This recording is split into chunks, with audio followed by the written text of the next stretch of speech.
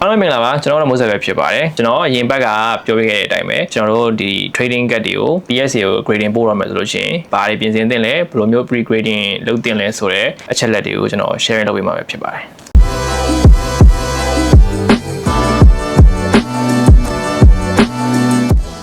်ဆိုတော့ကျွန်တော်တို့ PSA ကိုစပြီးတော့ grading တင်တော့မယ် PSA မှာမဟုတ်ပေါ့နော်တခြားပဲ grading service ကိုမဆိုတင်တော့မယ်ဆိုလို့ရှိရင်ဒီအခြေခံ basic တွေကတော့အကုန်လုံးတူတူပဲပေါ့နော်ဆိုတော့အရင်ဆုံးလိုတာကတော့ကျွန်တော်တင်မဲ့ gap ပေါ့နော်ဒီ gap ကတော့အရေးကြီးဆုံးပဲပြီးသွားလို့ရှိရင်ကျွန်တော်တို့မှန် blue လိုမယ်ပေါ့နော်မှန် blue ကတော့ကျွန်တော်တို့မီးအောင်ပါတဲ့ဟာမျိုး stand ကြီးဝယ်ထားလိုက်ရတယ်လောက်လည်းအလုပ်ဖြစ်တယ်ပေါ့နော်ပြီးသွားလို့ရှိရင်နူးညံ့တဲ့မျိုး brush တစ်ခုလို့တယ်ဒီကတော့ကျွန်တော်ကြံပေးချင်တာကတော့ကျွန်တော်တို့ဒီအမျိုးသမီးတွေသုံးတဲ့ဒီ makeup သုံးတဲ့အခါမှာသုံးတဲ့ brush ပေါ့နော်အရင်နူးညံ့တဲ့ဟာမျိုးသုံးဖို့ကြံပေးပါတယ်နောက်ဆုံးတစ်ခုကတော့ဒါကတော့ optional အနေနဲ့ပေါ့နော်ဒါကတော့ဝယ်လဲရတယ်မဝယ်လဲရအရေးမကြီးပေါ့နော်ကိုကတခါလေမှတကယ်လောက် grade ရဆိုလို့ရှိရင်တော့ပတ်စံမဖြုံးပါနဲ့ဒါမျိုးတွေမဝယ်ပါနဲ့ပေါ့နော်ကျွန်တော်တို့အမြင်နဲ့ဟိုကတ်တွေအများကြီး grade နေရတယ်သူဆိုတော့အရင်လိုဝယ်ရတာပေါ့နော်ဒါကကျွန်တော် centering ညီမညီစစ်ဆေးတဲ့ဟာပေါ့နော်ဒီ PSA တို့ BGS တို့ပေါ့အကုန်လုံးအတွက်ရည်ရွယ်ပြီးတော့ထုတ်လာတာပေါ့နော် basically ကတော့အကုန်လုံးတူတူပဲတချို့ professional pre grading လုပ်တဲ့လူတွေကတော့ကျွန်တော်ပွဲမှာဆိုလို့ရှိရင်တို့အမြင်နဲ့ပဲကြည့်ပြရပေါ့နော်ဒါကတော့ basically ကြည့်လိုက်လို့ရှိရင်တော့တိတာတယ်ပေါ့နော်ဘယ် off centering ဖြစ်နေလဲ centering ကကောင်းလားမကောင်းလားဆိုတာတော့ဒီကျွန်တော် initial ကြည့်ရတဲ့တိတာတယ်ပေါ့နော်ဒါပေမဲ့ကိုယ်တကယ်နဲ့ detail ကြည့်နေတယ်ဆိုလို့ရှိရင်တော့ဒါလေးစောင်းတာပါ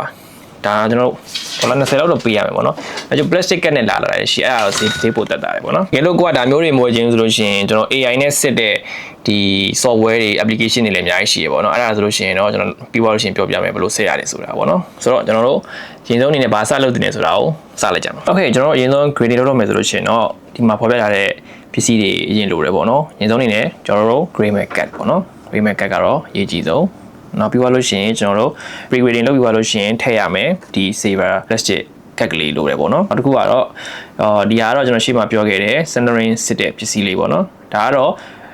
့ဝယ်လဲရတယ်မဝယ်လဲရတယ်ဒါအရေးသိမကြည့်ဘူးပေါ့နော်ဒါကတော့ man blue ပါဒါကတော့အပေါ်က surface တွေကိုလုပ်ဖို့တဲ့ဒါဒီဟာဝယ်ရမယ်လို့တော့မဟုတ်ဘူးဒါဆိုရင်ကျွန်တော်ကင်မရာမှာသုံးတဲ့ဟာပေါ့နော်ကျွန်တော်ရှေ့မှာပြောခဲ့လို့ပဲအမျိုးသမီးတွေညနာမှာသုံးတယ်ဒီ brush နဲ့ဆိုလို့ရှိရင်လည်းအဆင်ပြေပေါ့နော်နောက်တစ်ခုအရေးကြီးဆုံးကဒီ microfiber လေးတွေပေါ့နော်ဒါကတော့ကျွန်တော်ကြံပေးချင်တာကတော့ကျွန်တော်တို့နာရီတို့မျက်မှန်တို့တုပ်တဲ့အဝတ်လေးတွေဝယ်ထားပါတော့နောက်ပြီးတော့ခဏတော့ပြန်မသုံးနေပေါ့နော်ဖြစ်နိုင်လို့ရှိရင်တော့ short တာပဲဖြစ်ဖြစ်သုံးပြီးသွားလို့ရှိရင်လေလုံးနဲ့ပူထဲမှာထည့်ထားတာတော့ပိုကောင်းတယ်ပေါ့နော်ဘာလို့အမော်မွားတွေကနေနေဆိုလို့ရှိရင်ကျွန်တော်ကမသိပဲနဲ့ဒီကတ်ရဲ့ service ကိုပို့လိုက်ပြီးလို့ရှိရင်အစင်းထင်သွားနိုင်တယ်ပေါ့နော်ဒါလေးတော့သတိထားပြီပေါ့နော် Okay အရင်ဆုံးကျွန်တော်ကတ်ကိုကြည့်ကြမယ်ပေါ့နော်ဘယ်လိုမျိုးစစ်ဆေးလဲဆိုလို့ရှိရင်ကျွန်တော် grade pre grading လုပ်လို့ရှိရင်တော့ဒါကျွန်တော်တို့ဒီ professional service တွေကတော့အမြင်နဲ့ကြည့်ကြတာပေါ့နော်တို့ကတော့ဒါ experience တွေအများကြီးရှိရတဲ့အတွက်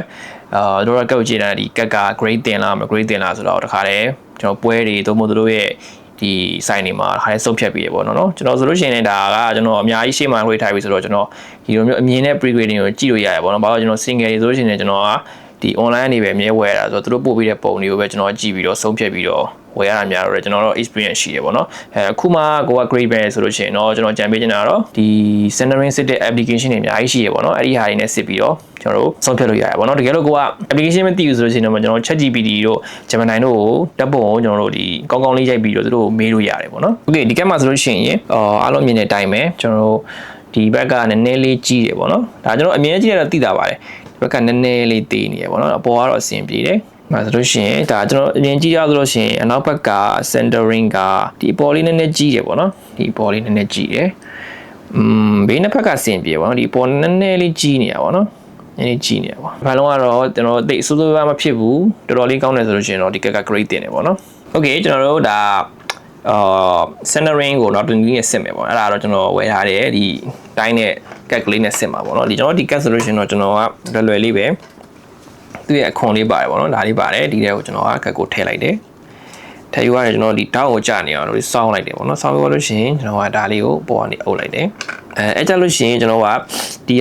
ကျွန်တော်ဒီဟာကတော့တစ်ခွန်းတစ်ခုတော့မတူဘူးပေါ့နော်ဒီဟာဆိုလို့ရှိရင်ကျွန်တော်တို့ကဒီဘယ်ဘက်တောက်အောင်ဆုံးကိုကျွန်တော်တို့ site ဒီလိုမျိုး site ငိုက်ထားရတယ်ပေါ့နော်ဒီလိုမျိုးထားထားရတယ်ပေါ့ဒါမှကျွန်တော်အလေးချိန်ကဖြီးပြီးတော့ကတ်က centering ဒီတိုင်းတဲ့ခါဒီကတ်ထဲမှာ frame ဝင်နေမှာပေါ့နော်ကျွန်တော်ဒီမှာဆိုလို့ရှိရင်စတင်လို့ရပြီပေါ့နော်ဒီမှာဆိုလို့ရှိရင်ကျွန်တော်တွင်ရသလားဒီဘက်ကသေးတယ်ဒီဘက်ကကြီးနေရပေါ့နော်ဒီဘက်ကနံပါတ်1ကိုနည်းနည်းကြော်တယ်ဒီဘက်က1တွင်းထဲကိုနည်းနည်းရောက်တယ်ပေါ့နော်ဒါဆိုရှင်အပေါ်ဆိုလို့ရှိရင်လည်းကျွန်တော်တစ်ထန်နည်းနည်းလေးထွက်တယ်အပေါ်နဲ့အောက်ကညီတယ်ပေါ့နော်ဒီဘေးနှစ်ဖက်ကလုံးဝမညီဘူးပေါ့နော်ကျွန်တော်ဒီကတ်မှာကြည့်မယ်ဆိုလို့ရှိရင်ဆိုတော့ဒီကက်က ရှေ့ကတော့ chance နည်းနည်းရှိရပေါ့နော် grade လို့ရတယ်ဘာလို့ဆို PSA ကကျွန်တော်တို့ grading committee ကကျွန်တော် standard ကိုအရင်ကြီး focus ထားတဲ့ဟာတော့မဟုတ်ပေါ့နော်သူတို့သတ်မှတ်တဲ့ဒီ bound တွင်းမှာဝင်နေဆိုလို့ရှိရင် grade လို့ရတယ်ဒီနေရာမှာကြံပေးချင်တာကကတ်တွေကိုင်မယ်ဆိုလို့ရှိရင်ကျွန်တော်ဒီလိုမျိုးလေးကင်ပါလို့တတိပေးချင်ပါတယ်ကျွန်တော်ဖွာလေးကင်ပေါ့နော်အရင်အချက်လိုက်ကြီးကိုကျွန်တော်လက်ငါးချောင်းလုံးကြီးနဲ့ဖိပြီးတော့ကင်တာမျိုးရှောင်ကျင်မှာတက်နိုင်လို့ဆိုရင်ဘာလို့ဒါကိုလက်မှာဘာဖြစ်နေလဲဘာပေးနေလဲမသိရတဲ့အတွက်အချိန်ပေး damage ဖြစ်သွားနိုင်မှာ Okay ဒါဆိုလို့ရှိရင်အနောက်ပေါ့နော်အနောက်ကိုကြည့်မယ်ဆိုလို့ရှိရင်အနောက်ကကျွန်တော်ရှေ့မှာဒါအမြင်နဲ့ pre grading လုပ်ခဲ့တယ်ဆိုလို့ရှိရင်ကျွန်တော်အပေါ်ကြီးနေလို့ပြောတယ်ပေါ့နော်ဒါပေမဲ့ဒီမှာကြည့်လိုက်လို့ရှိရင်ဒီအပေါ်ရဲ့ margin နဲ့အောက်ရဲ့ margin နဲ့ညီနေတယ်ပေါ့နော်ကျွန်တော်ဒီ centering စစ်တဲ့ထဲမှာဆိုလို့ရှိရင်ဒီဘေးနှစ်ဖက်ဆိုလည်းညီတယ်ဒါဆိုလို့ရှိရင်ဒါကျွန်တော်တို့ PSA တို့ဒီ BGS တို့ရဲ့ဒီ grading criteria ကိုဝင်နေပေါ့နော်အဲ့အတွက်ကြောင့်ကျွန်တော်တို့ဒီကက်က grade လို့ရတယ်ပေါ့နော်ဆိုတော့ကျွန်တော်ခုနရှိပြောခဲ့သလိုပဲပေါ့နော်ဒီ grading ကိုကျွန်တော်အမြင်နဲ့စစ်တယ်ဆိုတာကတော့ကျွန်တော်အကြမ်းပြင်းရပဲပေါ့နော်အခြေအမှားမျိုးစုံကတော့ဖြစ်သွားနိုင်တယ်ပေါ့နော်ဆိုတော့ဘယ်လောက်ကြီး professional ကြပါလဲပြောပေါ့သူတို့ကတော့ pre grading ဆိုတာကတော့ခင်ဗျားကိုကျွန်တော်တို့initial လောက်ပဲစစ်ပေးမှာပေါ့နော်ရန်ရင်ဒီလေးကြကြစစ်ရှင်တယ်ကိုကလုံးဝတေးကြနေတယ်ဆိုလို့ရှိရင်တော့ဒီလိုမျိုးပစ္စည်းတွေဒီလိုမျိုး tools တွေဒါမှမဟုတ် AI ကူညီတွေကိုတော့ယူသင့်တယ်လို့ကျွန်တော်ကအကြံပေးခြင်းတယ်ပေါ့နော်နောက်တစ်ခုကကြာကျွန်တော်တို့ဒီ line တွေပေါ့နော်ကျွန်တော်တို့ဒီ line တွေပေါ့နော်ဒီ line တွေမှာအဖြူဇက်တွေရှိလားအဖြူကျွန်တော်တို့သိထားမှာကျွန်တော် sleep တွေကိုထုတ်ထဲတဲ့အခါမှာသို့မဟုတ် background ထုတ်ခြင်းအရင်ပျော်ပြီးတော့ထိမိသွားတဲ့ခါတွေမှာဒီကက်တွေအရင်နှုတ်ညံ့တယ်ပေါ့နော်ကျွန်တော်မသိနိုင်ဘူးပေါ့နော်ဆိုတော့အဲ့ခါကျတော့ကျွန်တော်ကဒါလေးတော့ရတယ်ပေါ့နော်မှန်ဘလူးနဲ့ကြည့်ရတယ်ဒီကတော့ကျွန်တော်ဒီကက်ကဒါကျွန်တော်ဥပမာပြပေးရပါပေါ့နော်ဒီကက်ကိုဘယ်လိုမျိုးကြည့်ရတယ်ဆိုတာပြပေးကျွန်တော်တို့ခုန centering ကြည့်ပြီးပါပြီဆိုလို့ရှိရင်ကျွန်တော်တို့နောက်တစ်ခုကဒီဟာတွေကိုစစ်ဆေးရမှာပေါ့နော် down တစ်ခုချင်းစီကိုရှေ့အနောက်ပတ်ချလေကိုစစ်တင်တယ်ပေါ့နော်စစ်ရမယ်ဒီမှာကျွန်တော်ပြောချင်တာကတော့အဓိကတော့ Pokemon ကတ်တွေပေါ့နော် Pokemon ကတ်တွေရဲ့ဒီထောင်းလေးရပါတော့ဒီလိုမျိုးညီပြီးတော့ white မနေဘူးဆိုလို့ရှိရင်ဒါ PS ရဲ့တေးကြတယ်တန်းမရတော့ဘူးပေါ့နော်တန်းမရတော့ဒါဆိုကျွန်တော်တို့မ grade တော့ဘူးဒီလိုမျိုးဖြစ်နေရပေါ့နော်ဒီလိုမျိုးဖြစ်နေမှန်ငယ်ကကျွန်တော်တို့မှန်ငယ်ဆိုလို့ရှိရင်ကျွန်တော်တို့ဒီထောင်းလေးတွေကဒီတက်လေး wine နေရပါတော့ဒါဆိုလို့ရှိရင်တိတ်ပြီးတော့မ wine ဘူးနည်းနည်းလေးလေးလောင်းဆက်ဖြစ်ချင်တဲ့ပုံစံလေးပေါ့နော်ကျွန်တော်ဒါ factory ကနေပြီးတော့ cut လုပ်လိုက်တဲ့ချိန်မှာဖြစ်တဲ့ error ပေါ့နော်ဒီကတော့ကိုယ့်ကိုဘယ်လို chase ကကြီးပဲပေါက်ဒါမျိုးဖြစ်နေတော့အကက်ကလစ်သွားပြီး binary conditionနောက် single raw နေတယ်ပဲရောင်းလိုက်တာပိုကောင်းတယ် grade ပြီးတော့ပတ်စံမဖြုံးတာအသင့်တော်ဆုံးပဲပေါ့နော်ကျွန်တော်ဒီ line ဆင်းလေးရပါပေါ့နော်ကျွန်တော်ဘာမှဖြစ်ချက်တန်ရလေးမရှိနေဘူးဆိုရင်ဒီက grade လို့ရတယ် okay ဒါပြီးသွားလို့ရှိရင်ကျွန်တော်က surface ကိုကြည့်ရမယ်ပေါ့ surface ကြည့်ရခါလဲကျွန်တော်က man blue သုံးရတယ်ပေါ့နော် man blue သုံးပြီးတော့အသေးစိတ်ဒီပုံမှာကျွန်တော်ဟောလို့ရုံမီးအောင်ကောင်းအောက်မှာလို့ကစားပြီးတော့အစင်းရထင်နေလား sport တွေရှိနေလားဆိုတာဒါမှမဟုတ်ကျွန်တော်တစ်ခါကျလို့ရှိရင်ခြိုင်ဖိမိတာပေါ့တစ်ခုနဲ့ဘောပင်ကိုအချွန်ထက်နဲ့ကျွန်တော်ထုတ်ပုံမှာဒီ pack ထဲမှာတွေကဖိသွားမိတယ်ဆိုလို့ရှိရင်ဒီမှာလာပြီးတော့ထင်နိုင်တယ်ပေါ့နော်အဲ့ဒါတွေကလည်းကျွန်တော်တို့ man blue နဲ့တခြားကြည့်မှမြင်ရတာပေါ့နော်အဲ့ဒါတွေလည်းတခြားကြည့်ဖို့လိုတယ်ပေါ့နော် okay ကျွန်တော်တို့ဒါဆိုလို့ရှိရင် clean လုပ်တော့ပါပေါ့နော် clean လုပ်မယ်ဆိုကျွန်တော်တို့ဒီလိုမျိုး fabric ပေါ်မှာတင်လိုက်တယ်ပေါ့နော်ကျွန်တော်တို့တော့မာကြောတဲ့နေရာနဲ့မထိအောင်လို့မျိုးလေးကက်ကိုတင်မယ်ပြီးတော့ရှင်ကျွန်တော်တို့ဒီစုပ်တန်တွေရှိရပေါ့နော်စုပ်တန်တွေနဲ့ကျွန်တော်တို့အရင်ဆုံးဒါမျိုးလေးတွေ clean လုပ်ရမယ်ဒါကကျွန်တော်ရှိမရှိပေါ့နော်ပြီးတော့ရှင်တော့ကျွန်တော်တို့ဒါမျိုးလေးကတခြားလေးလုပ်ပေးတာပိုကောင်းတယ်ကျွန်တော်ဒါကတော့ဒီအဝတ်နဲ့ပုတ်တာတော့ကျွန်တော်တစ်ခါကျရင်တော့ကြံမပေးပေါ့နော်ကတ်တိုင်းပုတ်ဆရာမလို့ပေါ့နော်တကယ်တော့လက်ရလေးထင်နေရလို့ကိုကထင်နေဆိုလို့ရှင်တော့ကျွန်တော်တို့ဒီမျိုးလေးတင်ကျွန်တော်ဒီတစ်ဖက်ကဒီအမျိုးလေးဖိထားပြီးတော့ဟောတခြားလေးဖွားဖွားလေးပဲပို့ရမယ်ပေါ့နော်အရန်ကျန်းလို့ရှင်ကျွန်တော်ဒီဝတ်မှာဘာကတ်နေလဲဆိုတော့မသိတဲ့အတွက်အစင်းကပို့ထင်သွားနိုင်တယ်ပေါ့နော်ကျွန်တော်ဒါမျိုးလေးတခြားလေးပို့မယ် okay ဒါဆိုလို့ရှိရင်ကျွန်တော်တို့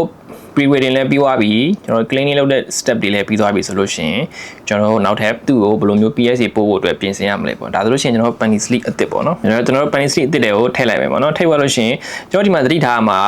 PSA ပဲတင်တယ် BGS ပဲတင်တယ် grading committee ကိုတင်ပြီဆိုလို့ရှိရင်ကျွန်တော်တို့ဒီ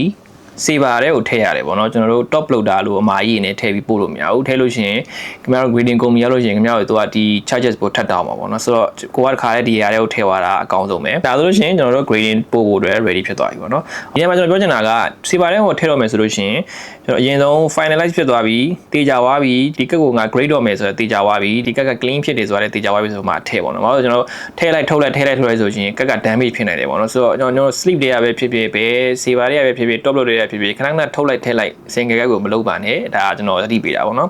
်ဆိုတော့ဒီပြင်ဆင်တဲ့ဘိုင်းတွေစစ်စစ်တဲ့ဘိုင်းတွေကတော့ဒီလောက်ပါပဲဒီညမှာကျွန်တော်ပြောချင်တာကတော့pre grading စစ်ပြီးတော့ grade လိုက်လို့တန်းရတဲ့ကတ်တွေလည်းရှိသလိုကျွန်တော်တို့ဒီတိုင်းပဲ pre-grading နဲ့တခြားစစ်တယ်တခြားတဲ့ detail လောက်ရသားနဲ့တန်းမရတဲ့ကတ်တွေလည်းရှိရပေါ့နော်ပြောရမယ်ဆိုရှင် PSC တင်တာကတော့ကျွန်တော်တို့အရင်တော့တိတိကျကျတွက်ချက်လို့မရဘူးအရင် centering ကောင်းနေတယ်ဥပမာကျွန်တော်တို့ one piece ကတ်တွေတခြား uranium တို့ Gundam တို့တခြားအဲ့ကတ်တွေဆိုလို့ရှင်တော့ quality ကလည်းကောင်းတယ် printing quality ကလည်းကောင်းတဲ့အတွက်ကျွန်တော်တို့တန်းရနိုင်ကြီးက Pokemon ထပ်ပိုများတယ်ပေါ့နော် Pokemon မှာမှကျွန်တော်အဓိက English ကတ်တွေဆိုလို့ရှင်တော့အများကြီးသတိထားပါလို့ကျွန်တော်ပြောချင်တယ်ဘာလို့ English ကတ်တွေကအခြေအနေရမ်းဆိုးတယ်ပေါ့နော် centering မကောင်းဘူးကျွန်တော်တို့ဒီ print error issue တွေအများကြီးရှိရယ် print error issue တွေဆိုတော့ကျွန်တော် line sync တွေထင်နေရတယ်ကျွန်တော် service မှာလာတဲ့က damage ဖြစ်နေတဲ့ကတ်တွေအဲ့လိုမျိုးတွေအများကြီးရှိရယ်ပေါ့နော်ကျွန်တော်ရှေ့မှာပြခဲ့သလိုပဲဒီ down တွေမှာဒီကတ်တင်တွေကမကောင်းတာပေါ့ညီမနေတာတွေကပြဿနာတွေအများကြီးရှိနေတယ်ပေါ့ဆိုတော့ English ကတ်ကကျွန်တော်တို့ပောက်ခဲ့တယ်ဆိုလို့ရှိရင်တော့မှငါဒီကတ်ကို grade လို့ရနိုင်လားမရနိုင်လားဆိုတော့နောက်တစ်ဆင့်ကကြံနေသေးတယ်ပေါ့နော်ကြံပေးချင်တာကတော့ single ဝယ်ခဲ့မယ်ဆိုလို့ရှိရင်လည်း Pokemon ကိုအဓိကအပြင်ကျွန်တော်ရှေ့မှာပြောခဲ့သလိုပဲစစ်ပေါ့နော်ကျွန်တော် Centering တွေပါတွေတော့နည်းနည်းလေး initial ကြည့်တယ်အောင်တော့ကွက်ကိုလေ့လာတာပေါ့နော်ဒါတွေကတော့ကျွန်တော်တို့အခုပြောပြအခုနားလည်သွားတဲ့ဟာတွေတော့မဟုတ်ဘူးเนาะအတွေ့အကြုံတွေကလည်းစိုင်သေးတယ်ဆိုတော့ကွက်ကိုလုတ်ကြည့်ပေါ့နော်လုတ်ကြည့် grading နဲ့ကွက်ကိုတင်ကြည့် try ကြည့်ပေါ့နော်ကျွန်တော်တို့ Urea မှာဆိုလို့ရှိရင် caster တို့ဘာတို့ grading ကွက်ကိုသွားတင်လို့ရတယ်ဒီမှာကျွန်တော်ပြောချင်တာက PSC ပေါ့နော်အဓိက PSC ကို grade မယ်ဆိုလို့ရှိရင် grading company ကိုယင်မေးပါသူတို့က normally သူတို့ကပို့မယ်ဆိုလို့ရှိရင်ဂျပန် service ကိုပို့တာများတယ်ပေါ့နော် PSC ကကျွန်တော်ဂျပန်ရှိတယ် USA ရှိတယ်ဆိုတော့ဂျပန်ကအရင် strict ဖြစ်တယ်အရင်တိတိကျကျကိုစစ်တဲ့အတွက်ဂျပန်ပို့တဲ့ကတ်တွေကတန်းရနိုင်ခဲ့တယ်ဆိုလို့ရှိရင်တော့မှကိုပေးရများတယ်ပေါ့နော်ဆိုတော့ကျွန်တော် PSC ဘယ်နိုင်ငံမှာပဲတွတ်တင်တယ်ငါရဲ့ကတ်ကို US PSC ကိုပို့ပေးပါလို့ပြောဖို့မမေ့ပါနဲ့ဒါက PSC အတွက်တည်တံ့ပြောတာ PGS နဲ့တခြား grading company တွေကတော့အဆင်ပြေတယ်သူတို့ရဲ့ standard စံနှုန်းတွေကအတူတူပဲဆိုတော့လောက်ဆိုလို့ရှိရင်တော့ကျွန်တော်တို့ PSC သို့မဟုတ်တခြား grading company တွေကို